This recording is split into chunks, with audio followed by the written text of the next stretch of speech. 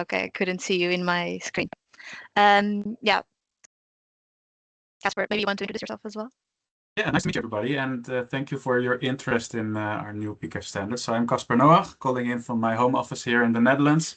I'm PCAF's technical director, which means that I, from the PCAF secretariat point of view, oversee all of our new standard development, as well as the technical support services that we provide to our signatories. And actually, Madalena will tell you more about that at the end of this presentation. I think you already introduced yourself, Madalena, right? Yeah. So I can maybe quickly go over the agenda and some housekeeping rules. So Madalena will start with explaining a bit how we develop standards within PCAF and how that went last time and also going forward. Then I'll address some of the new topics in the standards. We understood there are some particular areas that are of most interest, so we'll dive a little bit deeper in some. Still all relatively superficial because there's a lot of details in the standard, and we want to ensure that we have time enough for Q&A at the end. And actually, we also PCAF has also on our website we have several resources, including live webinars that were presented by the co-chairs of the working group developing the different methodologies of 1 hour each, so 3 times 1 hour, with much more details on the individual methodologies as well. Then Madalena will tell you a bit more about how to implement methodologies and what resources PCAF provides to our members for this. And then I'll talk a little bit about what's next, so what is coming after, and how will PCAF continue expanding our guidance. And then we also have time for Q&A. If you already have questions in between the sections, please put them in the chat, and I will give it a thought if we address them immediately or we save them for the end. But with that, I want to hand back to you, Madalena, to tell us a bit more about how we develop our standards. Yeah, thank you very much, Casper. So I wanted to start also I wonder how many of you, maybe are PCAF signatories, maybe some have heard of it, but to give a bit of a clear overview of all of the different sections of the standard that we have, and to understand what has been updated, what hasn't. So obviously we have 3 different sections of the standard. Part A, that's where PCAF started with. It's actually the 3rd version now that we are launching with these new methodologies that you've seen added, focused on financed emissions. We have Part C, facilitated emissions. So here really looking at GHG emissions associated with the capital market transactions. So not directly financing, but actually the facilitation of these transactions. This hasn't been updated in this new cycle. And then we have Part C, which are the insurance associated emissions. And for this part, we have updated it in this last cycle, and this is version 2 of the standard. So before we used to have some methodologies for 2 segments for reinsurance underwriting, and now we have 2 new methodologies that Casper will explain you. So now it covers 4 different segments. And then this new one that you might have seen that we added is a supplemental guidance on finance avoided emissions. We'll also go into detail on that, but that's actually a new guidance that we've added that we didn't have before in the standard. And it's really, we get questions sometimes of how are these developed, how could we work on it, etc. And it's the PCAF signatories that help us develop all of these guidance. And we always discuss with our signatories, what should we develop next, how, and then they draft it together with the secretariat. And that's a bit of the section that I want to explain to you, how the process goes, the different stations that we went through, who's been involved. And so to start, these last updates that you saw at the end of last year, they were really led by our working groups, global working groups, and the PCAF core team. And for those that haven't heard of the PCAF core team, it's a group of PCAF signatories from many different regions and many different types of financial institutions that govern the PCAF standard and that oversee the development of all of these methodologies. And you see the different institutions that we have on screen. So we really try to aim to have all regions from our signatory base represented in the core team, but also in our working groups, different types of financial institutions. So I think in the end, over 100 or around 100 people were involved, including core team and working group members, to get to the launch of this new standard. And we really aim to, have this global representation and representation of different institutions, because in the end, we want the methods to be relevant across regions, to be applicable across regions. So all of the groups that we create, we aim to have all of these different regions and to have all of these diversity represented. To give you a bit of an idea of how we start, we usually send out a survey to our PCAF signatories to understand, what other methods they feel missing from the PCAF standard, what else could they benefit from, and then the core team takes those results and we go through a prioritization process, because we look at the PCAF standard as evolving. Of course, it's very hard to develop methodologies all at once for every financial instrument. So over time, we try to see what else could we develop, what is needed. So we take these results and we look at materiality. So, how significant is in the market to have a method for this. Thinking about impact. So what's its ability to drive change? Is there a lot of demand? So is there a lot of signatories that we see asking for this, or for example, some regulations that are starting to require this? So it's also a bit more pressing that we get a method to support our signatories in disclosing this type of emissions, and then also thinking about complexity. So how easy would it be to develop a certain method? I think sometimes we get a lot of questions about certain methods, but then when we think about it, would be quite hard to put it on paper. Think about consumer finance. Sometimes it's quite difficult to know what the emissions are used for. So then maybe, it's a bit of a longer work that we need to do to get to actual method of the PCAF standard for that. And then after looking all of these, the PCAF core team decides, okay, these are the working groups we're going to set up and the methodologies we're going to work on. And of course, there's sometimes priorities that we don't set up official working groups for, but we continue to explore. And throughout the development cycle of these methodologies, we also sometimes set up exploratory working groups to look at certain topics. Not to add a full methodology to the PCAF standard, but to start to explore what could a methodology be like. And here you get an idea of what this cycle looked like. So we worked on it for 2 years, really with that first step of setting up a new core team and going through this prioritization process. Then over 2024, that's when we set up the working groups, and you can see the different working groups that we had, where they were drafting these methodologies, really kind of from the start, meeting and then drafting the documents that you saw that went out for public consultation. That was at the end of 2024 that we released them. And then, of course, we went through a public consultation phase and we got quite a lot of good feedback, not just from financial institutions, but from industry organizations, practitioners, that really then helped us throughout 2025 to take that feedback into account and redraft the method, make some improvements, etc. And that will be what you saw at the end of 2025, that we launched these new Part A and Part C of the PCAF standard, and this new supplemental guidance on finance avoided emissions and forward-looking metrics. So that's kind of an idea of what our cycle looked like, a lot of work. Maybe some of the members of the working group are here as well, but yeah, it's been quite an effort. And I also wanted to thank all of our signatories that supported in the development of the methodologies. And with that, I know the most interesting part, actually learning what these are. So I'll hand over to Casper to walk you through those. Thank you, Madeleine.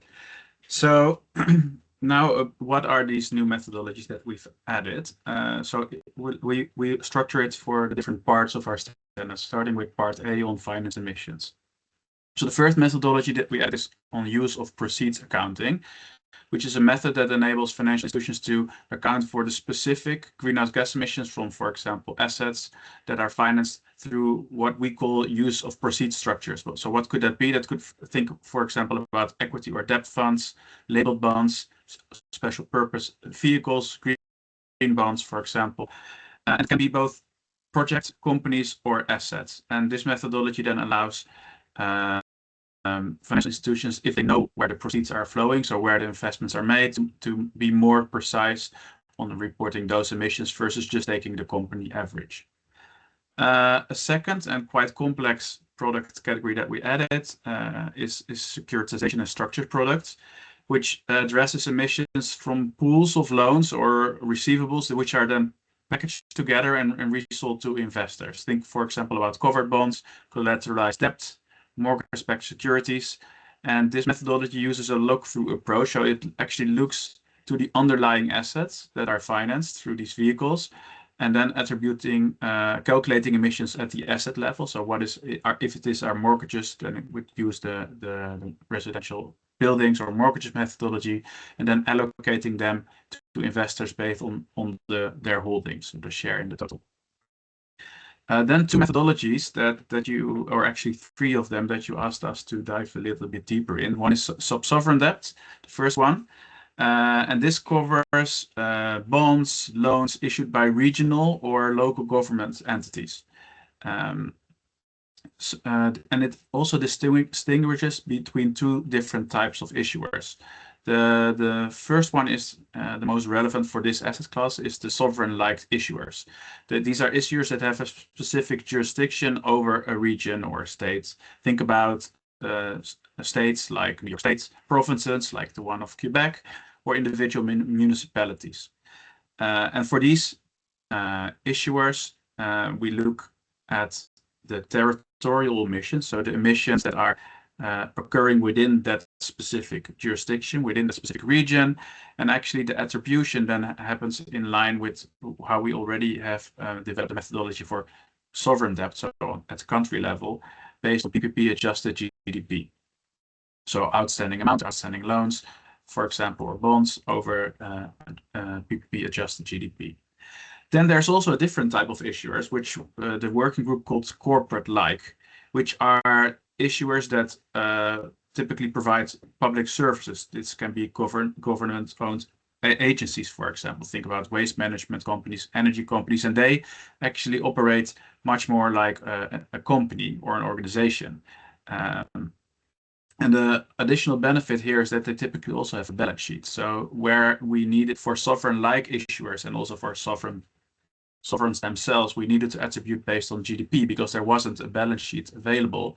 In this case, there is one, and we can then apply the regular methodology that we also use, for example, for business loans, by attributing the outstanding amount over the total equity and debt. And also their jurisdiction, their influence is a little bit different. So there we look at the organizational footprint. So more similar to how you would do this for an individual company or corporate. So that's at the high level, the sovereign debt methodology, and there's also a hybrid version between the two. So if there are sovereign-like entities where balance sheet information is available, and this is possible in some countries, it's also possible and allowed to use the corporate-like methodology. But then in any case, we ask signatories or people that are reporting to be very transparent about the methodology they are using. So the next method that we added is not an individual asset class, but more a reporting guidance, because it's not a requirement from PCAF, but we have, based on market demand, developed a new methodology or potential way of addressing undrawn loan commitments. This optional method then estimates emissions from credit lines that are not fully used by the borrowers at the moment.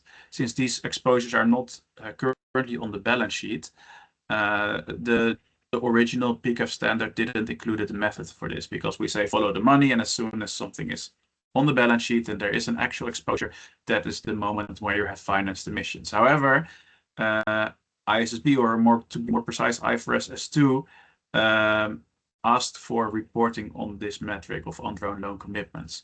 And therefore, a lot of questions came to us. Okay, if we want to do this, how should we actually do this?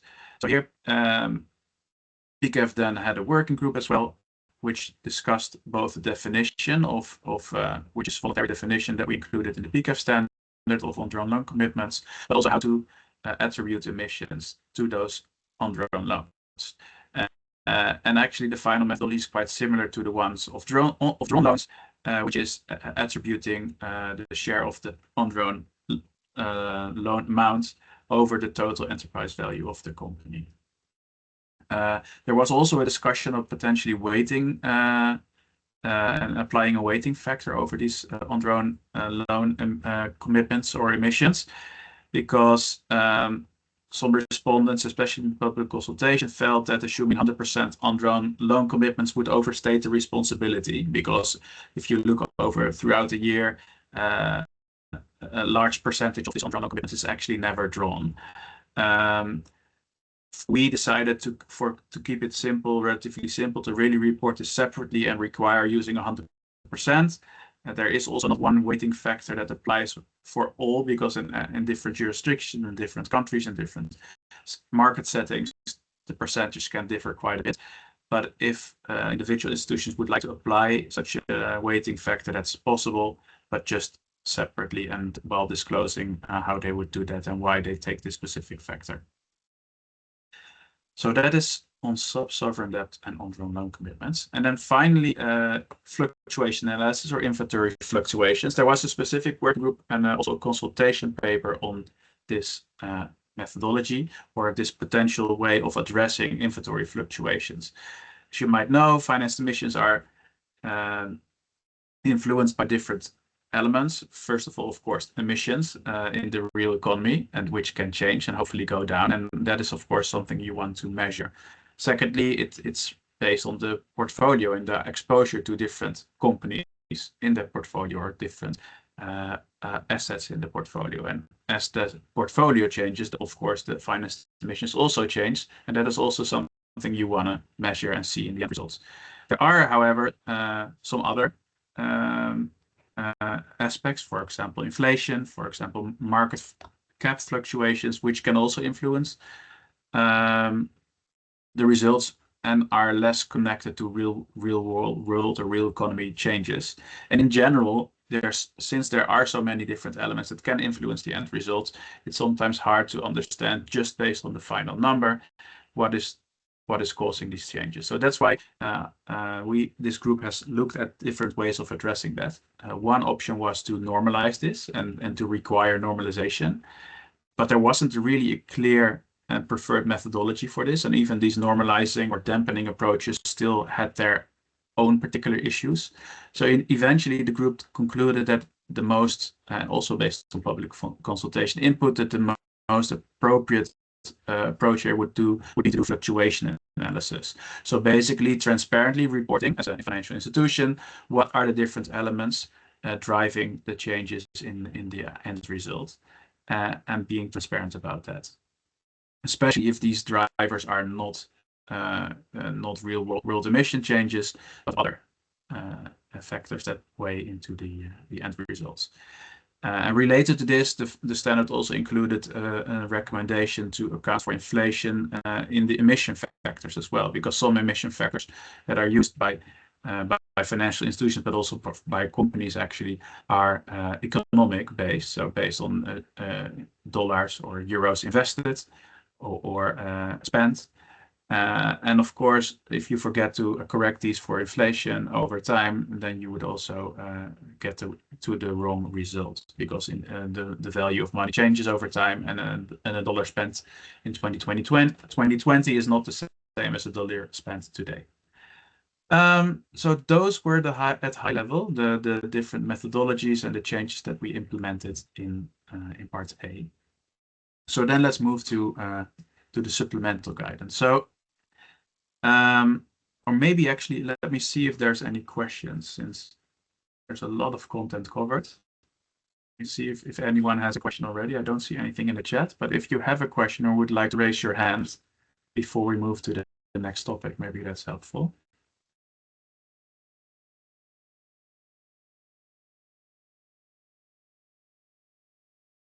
Okay, no questions yet. So then I presume that we can move to the next topic. So inventory metrics like finance emissions, scope 1, 2, and 3 are really important and are the sort of the basis of what form PCAF.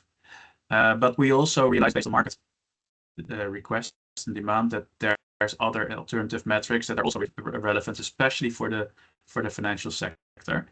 And based on that demand, we thought, okay, we need to develop some further guidance on this, mostly at high level, but allowing financial institutions to confidently but also credibly report on these metrics in a consistent way.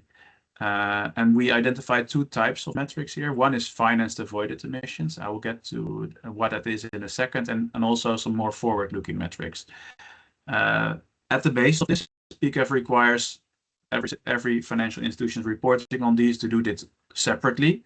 And then we developed optional, because it's not these are not required metrics to report on, in line with, for example, the Greenhouse Gas Protocol.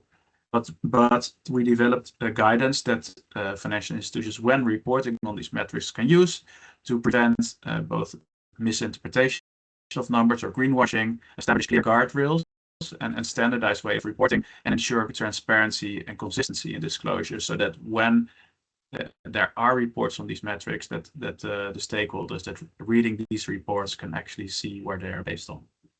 So now, what are these metrics? If you look at this slide, you see on the right-hand side the typical inventory of an organization, scopes 1, 2, and 3. And in particular, for PCAF, scope 3, category 15 is relevant. This is where the emissions on an annual basis related to the financial products and services of a financial institutions are reported in. And these emissions can, of course, change over the years, which would be emission increases or hopefully emission reductions. And those emission reductions in between over the years are automatically measured. However, there are also emissions that occur outside of the value chains, which can change as a result of specific investments that are made in a certain year, or because of the activities of the companies or assets in which a financial institution invests. And since those changes happen outside of the value chain, which you see on the left-hand side, the avoided emissions, these are not automatically measured. So there can be an interest to calculate these avoided emissions, and in the case of financial institutions, the financed avoided emissions, to allow to show the potential additional benefits of making such an investment.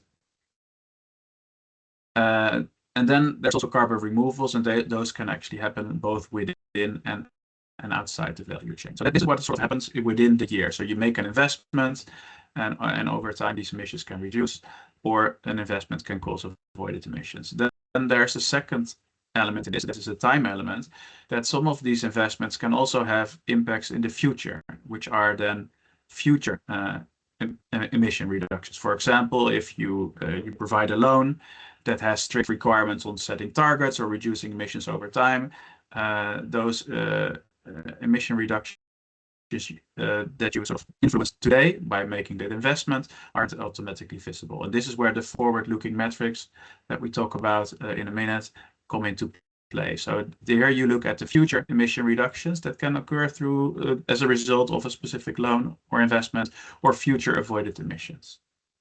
I hope that sort of made sense. So then there's two new additions in this supplemental guidance. One is on financed avoided emissions. So this is really about the guidance on how to report on avoided emissions that are associated with loans and investments that you make within a specific year. It's important that these are reported separately, and then the guidance implements several guardrails to ensure credibility. For example, these emissions can only be reported when based on physical data, so not just based on total euros invested. The work group really felt that if you show avoided emissions of a certain project or investment, or a certain company you're investing in, you would at least need to know physical activity data, or for example, total amounts of renewable energy produced or invested in, or insulation material invested in, or for example, if you think about refurbishment of real estate, that you know just a bit more than just only the dollars invested. Secondly, it needs to be based on credible methodologies and conservative counterfactual scenarios. This needs to be disclosed so that the reader can understand where these numbers are based on. And finally, there should also be a data quality assurance or a policy in place. So then to the forward-looking metrics, these again try to quantify future emission impacts as a result of an investment in this year. The two metrics that are included are and optional are the expected emission reductions and expected avoided emissions. And these actually try to compare the future in two scenarios. One is the baseline scenario. So what is, or counterfactual scenario, what would happen without this specific project or investment in place, and what is actually the result with this investment in place. And there's also some loop back mechanism, especially for expected emission reductions, so some checks and balances in place that as the time then progresses, that you actually report back on whether these emission reductions have actually taken place. Now, as over time, you actually know how the real emissions develop over time. Also here, these metrics need to be reported separately, and the similar guardrails are in place as for financed avoided emissions. Then last but not least, but I think a little bit less relevant for this group, so I want to be short here, is the additional guidance and methodologies for insurance. This covers two new methodologies. One is treaty reinsurance, which is addressing the reinsurance of a portfolio of risks from a primary insurer. So the primary insurer is already covered by the current methodology, but this is typically also reinsured to cover the risk of the insurer, which is a very specific insurance topic, but really a lot of a big market and therefore a lot of potential impact. And the other methodology is for project insurance. This is covering the construction and engineering of projects, and also these construction phases are insured. And this methodology then looks at how to account for those emissions that occur during that construction phase, and optionally also the use phase of that building or project once it's actually ready. So those were the new methodologies. A lot of information, a lot of ground covered. If you have any questions, let us know. And if not, then Madalena will continue to address how we look at implementation. Yeah, thank you, Casper. Maybe we can pause for a second. I don't know if any questions.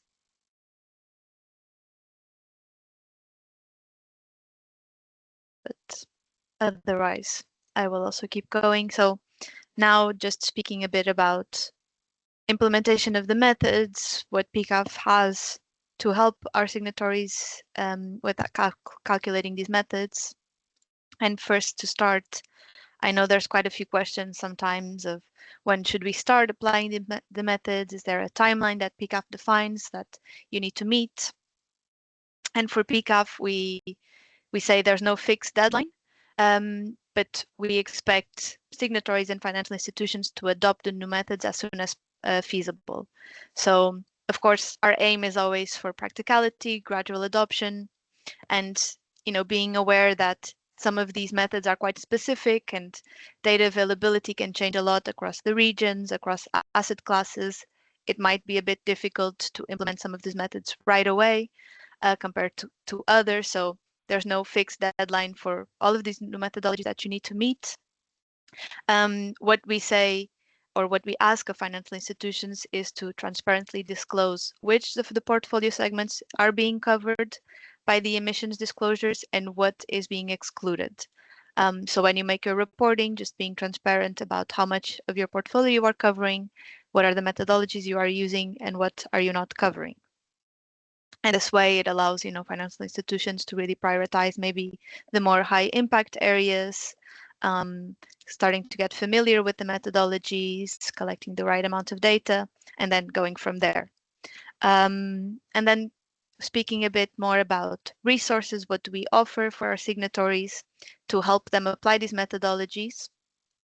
I think our signatories will know, but PCAF is not just a methodology. We try a lot to develop these resources that will support our signatories in implementing the methodologies and disclosing their finance emissions or insurance associated emissions, etc. And this gives hopefully a good overview of all that we offer. So first, there's a PCAF Academy. This is an e-learning platform, self-paced, where you can find videos covering all the Part A, Part C, and Part B and Part C methodologies. We offer exams, test questions, and the idea is really to, take the methodologies and transform them into a format that is easily understandable in video format, with also some exams and questions to test your knowledge. There's also optional accreditation at the end. So if you complete all of the content and you pass the final exam, you also have an option of getting accredited and getting a certificate at the end. And the platform we also offer in multiple languages. So I think at the end of the year, we launched these new, or we updated the PCAF Academy with these new methodologies. So all that Casper covered now, you can find in the PCAF Academy. And I think it covers, or it offers the content in 10 different languages. Also knowing that we have signatories across the world, we want to make sure that they are, able to find the content in their language. We have technical assistance team. This is a team that's just ready to support the signatories with any technical questions, methodological questions, especially now when you launch new methodologies and you update the standard. It's very expected that we get a lot of questions on how to implement it, things about the methods themselves, and we have a team ready to answer those. We also have a PCAF database, I think quite a key resource for all our signatories, with emission factors, covering multiple sectors, regions. And our database team is also working on kind of exploring how can we update the database and add new emission factors to help the signatories with measuring these new methodologies. So that's just something also that we explore. We update our database twice a year, and that we're working throughout this year to see how we can improve it and get data for these new methods. And then finally, some additional resources you can expect. These are not specific to PCAF signatories.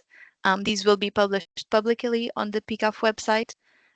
And it's 2 documents. So the first will be describing the items of the existing standard that have been updated. So I mentioned for Part A, this is the 3rd version, and for Part C, the 2nd version.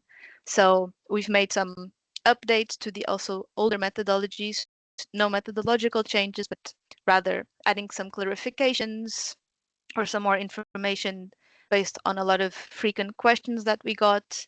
And we want to release a document that just explains what those additions have been. And then finally, also adding a consultation summary document, which will just highlight what were the key themes that we saw in the consultation, that consultation we had at the start of 2025, and just include some of the themes, and then how they were addressed by our working groups and how they were implemented into the final method. So those are 2 documents that we'll publish soon publicly as well, but just wanted to highlight them as well. And yeah, this is just to finalize, get a bit of an idea of the reach of PCAF. We have over 200 or 720 signatories globally. I think we see a lot of growth in every region that we have signatories, over 85 countries globally. And if you are ever interested in seeing who these signatories are, you can find them on our website or on the link for the slides that we'll share afterwards as well with all of you.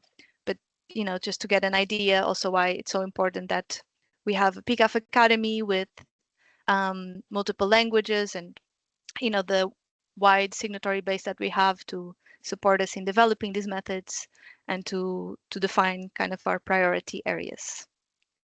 And with that, we have a final section on giving you a bit of what's next for standard development. and I'll hand it over to Casper for that as well. Yes. So the financial sector is complex, and we're not done yet with the current standards. And as Madalena showed before, we work on standard development governed by our core team, and then we set up individual working groups. So we're actually in the middle of the process of setting up the new core team, which will become a mix of current core team members and some new members.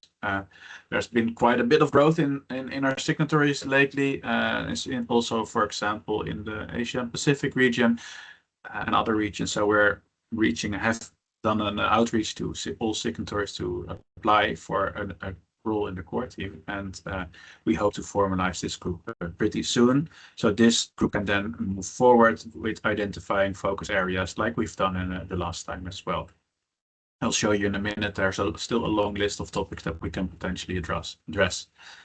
And then new working groups will start, and the consultation will be held once these methodologies are ready in draft form. If you have any questions about this process, of course, you can always reach out to us. So let's have a quick look then at what we already cover, but also what we still can potentially cover. So as you can see, the 3 parts of our standards are here. And there's still several aspects that we could cover there. They can either be new asset classes, like, for example, consumer finance, but they can also be more topical, like embodied carbon, where we actually already have an exploratory working group, or specific emissions from agricultural side of things. So there's still a long list. Similarly for facilitated emissions, so we start with adding the new methodologies that we just launched in part A to also allow to look at the facilitation of those emissions, but there's other facilitation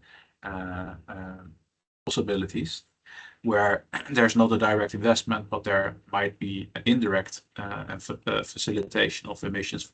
Think about financial advisory, guarantees, intermediary lending, etc. And then finally, there's quite a lot of development also on the insurance side of things. This standard is a little bit newer, so we still have some ground to cover there.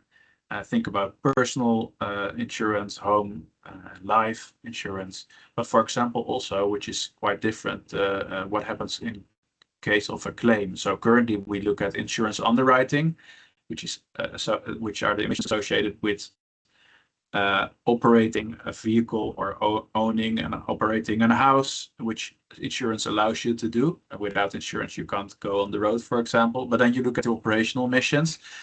But maybe as interesting are what happens in case of damage. So if there's an actual insurance claim, at that moment you can repair or replace a car or an asset, and that is also a moment where there can be influence from the insurance company to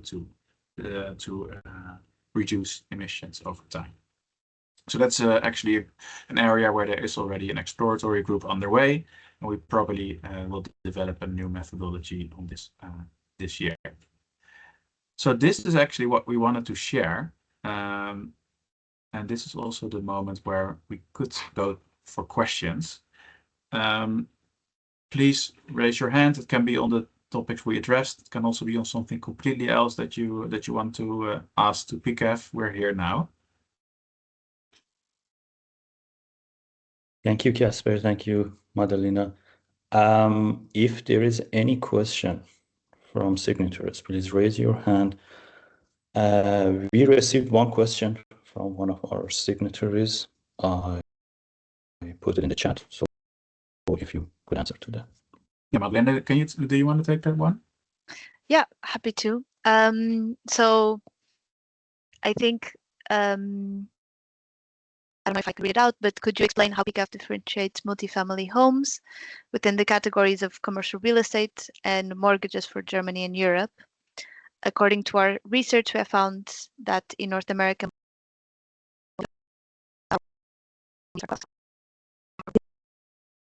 I think here we don't have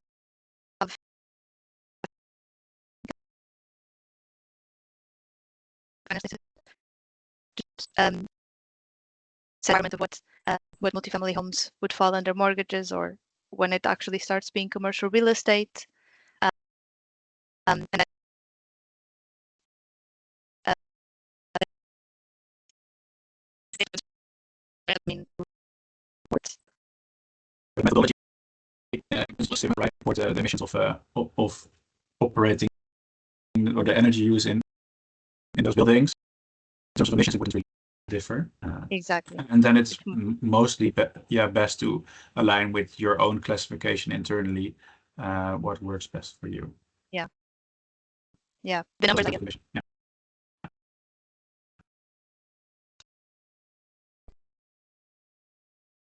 Okay, thank you. Is there any questions?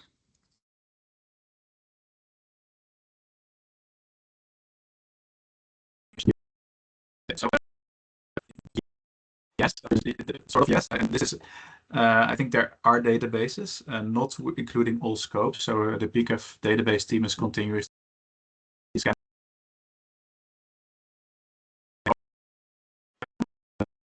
available datasets in our PCAF database.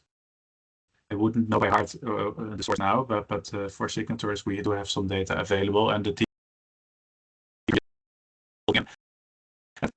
database for sovereigns, which is of course even more scarce, where some larger municipalities or states might have information.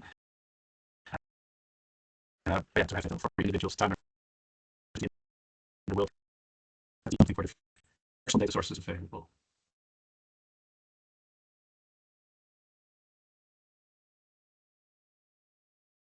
Neely, please. Thank you for this presentation and for all of the work that's behind it.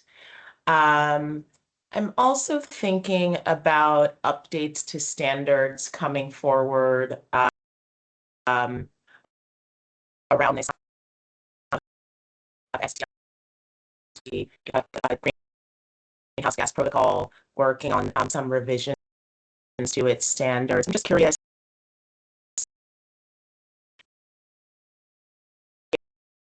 if similarity, direction of travel, similar thinking, or any key areas of difference in perspective.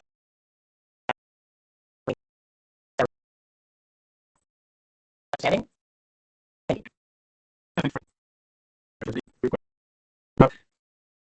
have the most common with the greenhouse gas protocol, and yes, they are taking be part of a critical working group.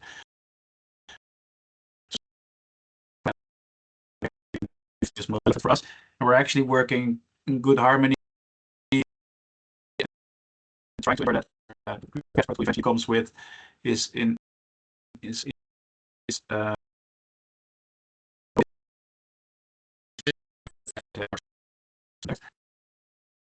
may know we had already used the past available market, and now it's also a little bit more specifically has to develop more specific methodology for category 15. But yeah, I know that what the greenhouse gas protocol is going to put out there very much in line with what we've done, and where there's maybe some small differences we can adapt as well, and we will also provide some additional resources to understand how we are aligned. And then on the science-based target initiative, that's really separate in the sense that that is on target setting, not necessarily on accounting. We do work closely together and ensure that there's finance emissions calculations or insurance associated emissions calculations. So they do also clearly push for this.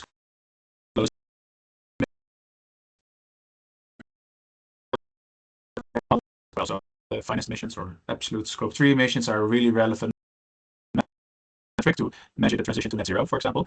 But if you want to set reasonable targets for different parts of the portfolio, then sometimes there's also other metrics in addition to absolute emissions that can be helpful. For example, intensity metrics or portfolio alignment.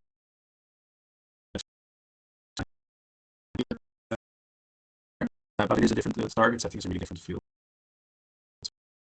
from ours as well. in the database. So yes, we are planning to add whatever we can find. And I know there are some sources, and our team is working on that. But I can already also say, and also if you have ideas and sources, we would be happy to hear from those, because then we can also research those and potentially add that.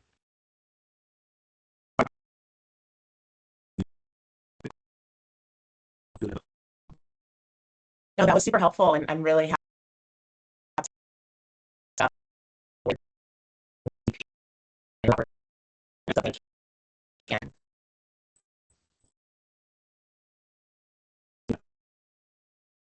You will see differences in, or changes in their classification. They're considering adding a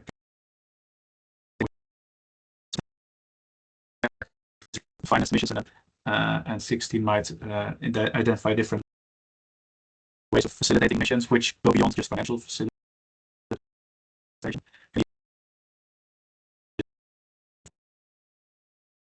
That our methodologies are different, and actually they move closer to, or in line to, the methodology that we already have, where actually the current screen schedule there partial data structure.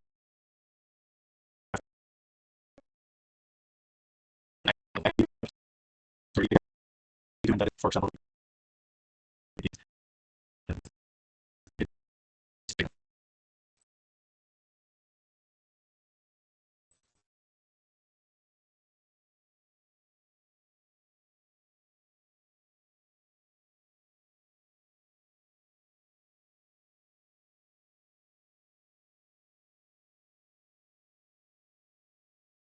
questions. Thank you again, Casper. Thank you again, Madalina, and everyone for joining.